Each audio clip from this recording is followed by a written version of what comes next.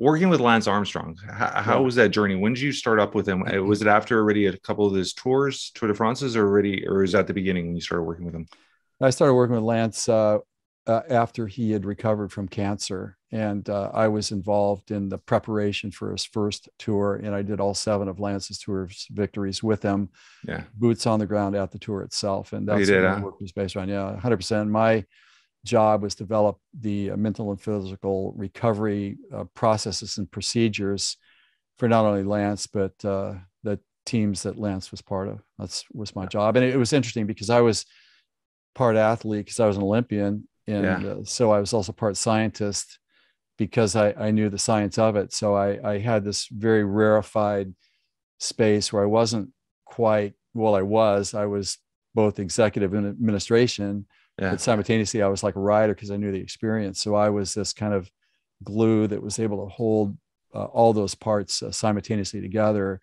And the tour is the absolute, I call it the ultimate life clinic because it is so mentally and physically hard. It's like 3 marathons a day for 23 days is what it is. And it's like you can't go home and sleep it off like you would if you have a bad date. No. And you're going to encounter everything in 23 days that you will face in a lifetime as a teammate. So Yeah. you don't have the luxury of not getting it figured out. So it was really the most important event that perfectly suited my abilities. And it was one of the most memorable uh, experiences ever. But I want to say something really important here, Yeah. Jeff, too, is that one of the reasons why we were so successful was the fact that we didn't and we're not trapped by our traditions and our histories.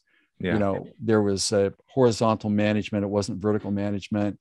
Their deal with me is, you know what you're doing. You don't need to tell us anything. Just show Yeah. up and do what you do without any meddling, which allowed me to create the system of possibility that could be that you would never find in any professional team on this planet at this point in time because of the barriers to innovation and novelty. So it was a dream come true for me. And, you know, what a great laboratory having one of the greatest athletes of all time and be part of, you know, that team for 7 years. I was one of 3 guys that did all 7 of his tours with him. And Lance is a very neat guy. He's radioactive.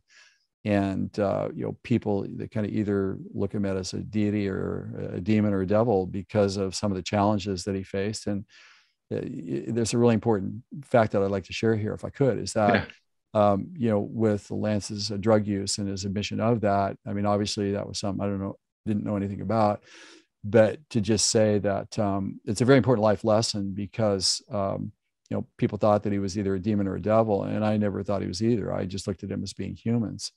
And I feel that if you expect to learn your life lessons from perfect people, then you're not going to learn much of anything from anybody. And, you know, Lance's life kind of reads like the movie title, The Good, the Bad, the Ugly. I mean, what was ugly is that he sued people that told the truth about him. I mean, that's ugly. What was bad about that is that people wanted to grow up and be like him when it was a bit of a facade. But you know what? There's a third word there, good. He did some stuff that was really good that people Oh, should really look at. and incredible, It's unbelievable. incredible. Like Unbelievable. I'm gonna jump in there for 1 second, and Please. Yeah. because I met Lance, God, in Montreal, Canada. I was there for an event, and he was there for another event, and he was speaking, and we were at the same hotel, and we had a good conversation. And this is probably going on. I've been married for 18 years, so probably around 18, 20 years already. Around that period, it was right before I was getting married. And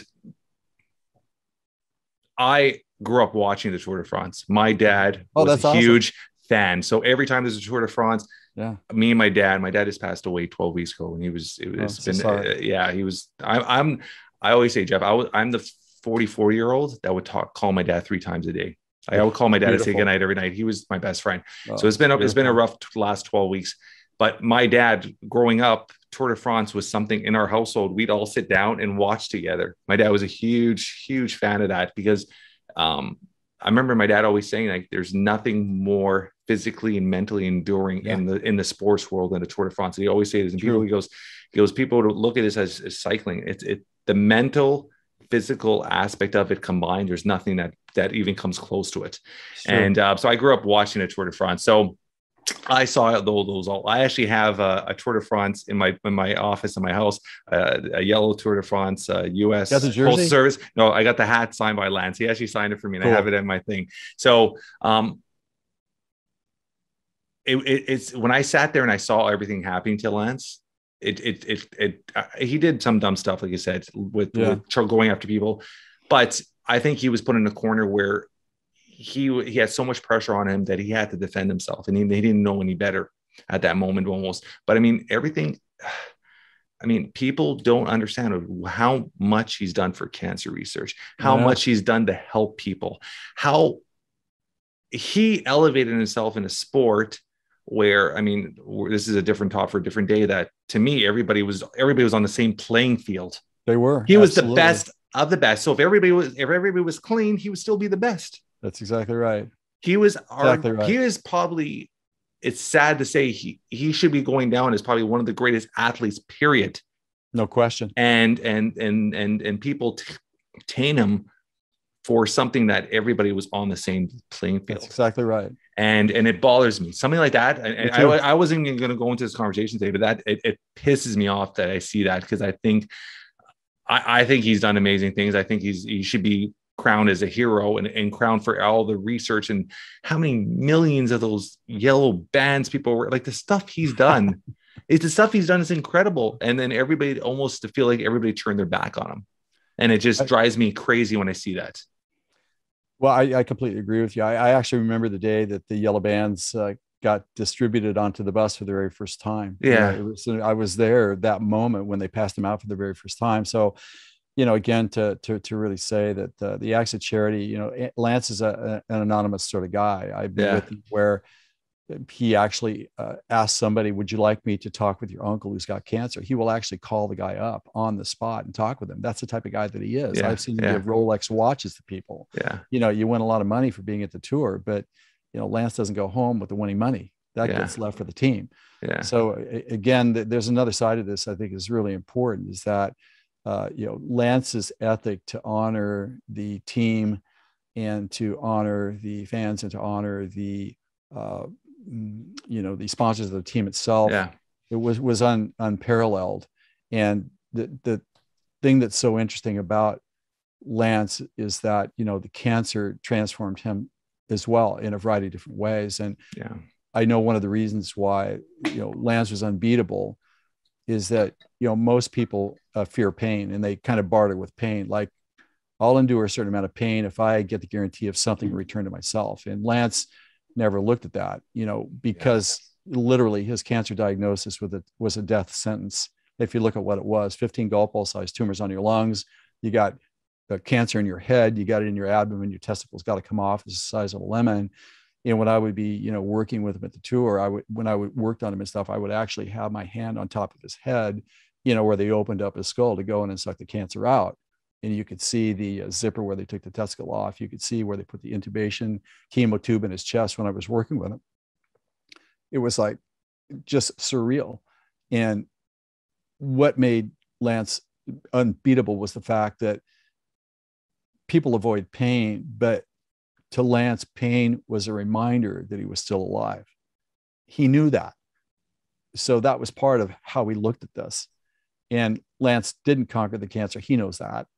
It was kind of a gift that was bestowed upon him that he took very seriously. And I remember the night before he won his first tour, we got done working together in our usual and customary time. He lets all of his other teammates go before him. He doesn't show up as the king, lets his teammates go before him. And I said, tomorrow your life is going to change forever. And he said, well, when you get a second chance, you go all the way. And I think we need to be mindful of that. And, I've also heard him say that, pain is temporary, but quitting is forever. And these types of things that we hear and see, we need to be around that level of courage in a world that's becoming less and less courageous. And I feel because of Lance's development and his upbringing, he's misunderstood because he is a bit radioactive, because he has a strong stance on those things that he believes to be true. And he doesn't shy away from letting people know what he thinks about anything. And so again, but those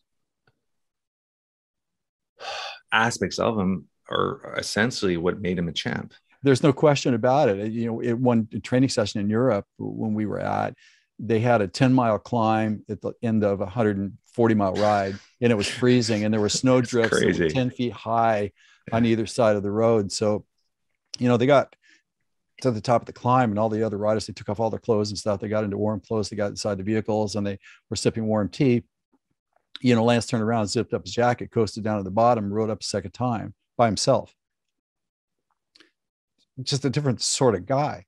Yeah. And I don't know how, and he could keep his heart rate up to 198 beats a minute for 2 hours. I mean, how do you do that?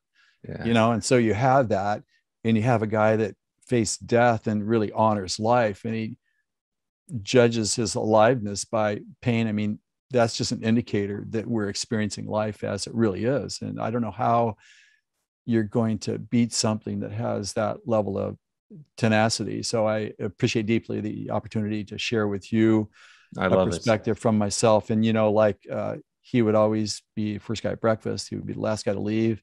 I love that. I love that you're saying this all, because this is something I've actually had deep conversations and even arguments with other individuals about this. And to hear it, I'm going to play this nonstop, because to hear this from somebody that was next to him, that was in the chambers with him, is so important. Because man, I think I think I put him on a pedestal. I think he's amazing what he's done.